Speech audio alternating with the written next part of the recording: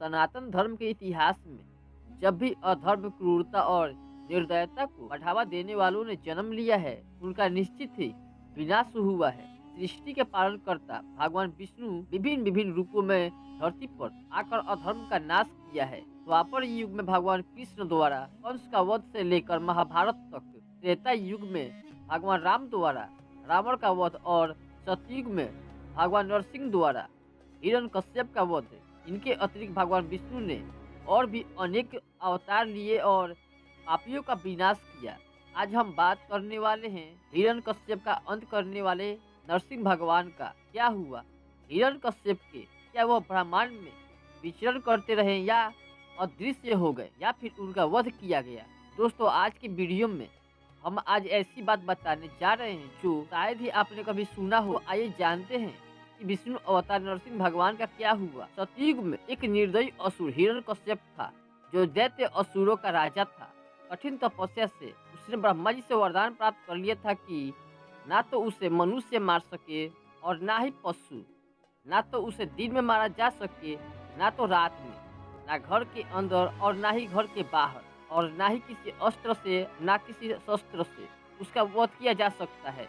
ऐसा वरदान प्राप्त कर उससे अहम हो गया था कि वो संसार में सबसे अधिक शक्तिशाली है और कोई भी उसका वध नहीं कर सकता। इस प्रकार वह स्वयं को भगवान समझने लगा और चाहता था कि उसकी पूजा हो, भगवान विष्णु की नहीं। सारी प्रजा उसकी पूजा करे। परंतु उसका स्वयं का पुत्र प्रहलाद भगवान विष्णु का परम भक्त था। प्रहलाद के क्रूर और घमंडी पिता ने उसका वध करने के लिए अनेक प्रयास किए, परंतु वे असफल रहा। तब अंततः हिरण्यकश्यप ने अपनी बहन होलिका, जिसे अग्नि में ना जलने का वरदान प्राप्त था, हिरण्यकश्यप अपनी बहन से कहा कि वह प्रहलाद को अपने गोद में लेकर अग्नि में बैठ जाए। परंतु भगवान विष्णु ने अपने भक्त प्रहलाद की रक्षा की और प्रहलाद की प्राण बचाए और वरदान के विपरीत होलिका अग्नि में जल गई।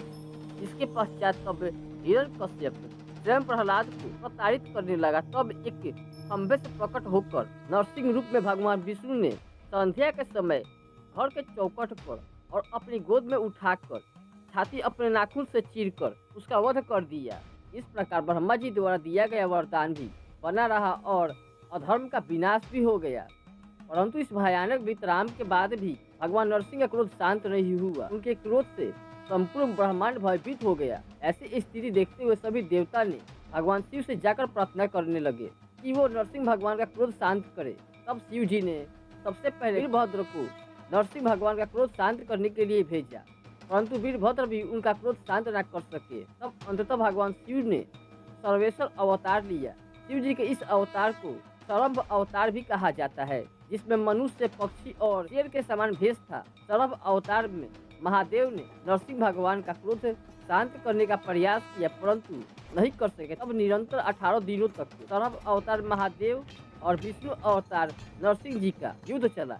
इस युद्ध का कोई अंत नहीं दिख रहा था। जब समय के साथ नरसिंह भगवान का क्रोध शांत होने लगा, तब उन्होंने विचार किया कि शिव जी ने केवल ये रूप उनका क्रोध शांत करने के लिए लिया है।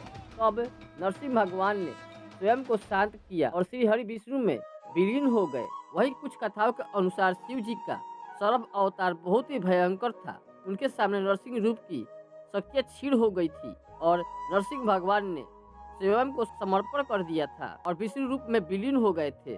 तो दोस्तों, इस प्रकार भगवान नरसिंह का क्रोध शांत हुआ था और शिव जी के सर्व अवतार द्वारा संपूर्ण सृष्टि को नष्ट होने से उनके क्रोध से बचाया गया। तो दोस्तों, अगर वीडियो अच्छी लगी हो तो वीडियो को लाइक करें एंड चैनल को सब्सक्राइब करें, क्योंकि आपको ऐसा वीडियो हमेशा मिलता ही रहेगा।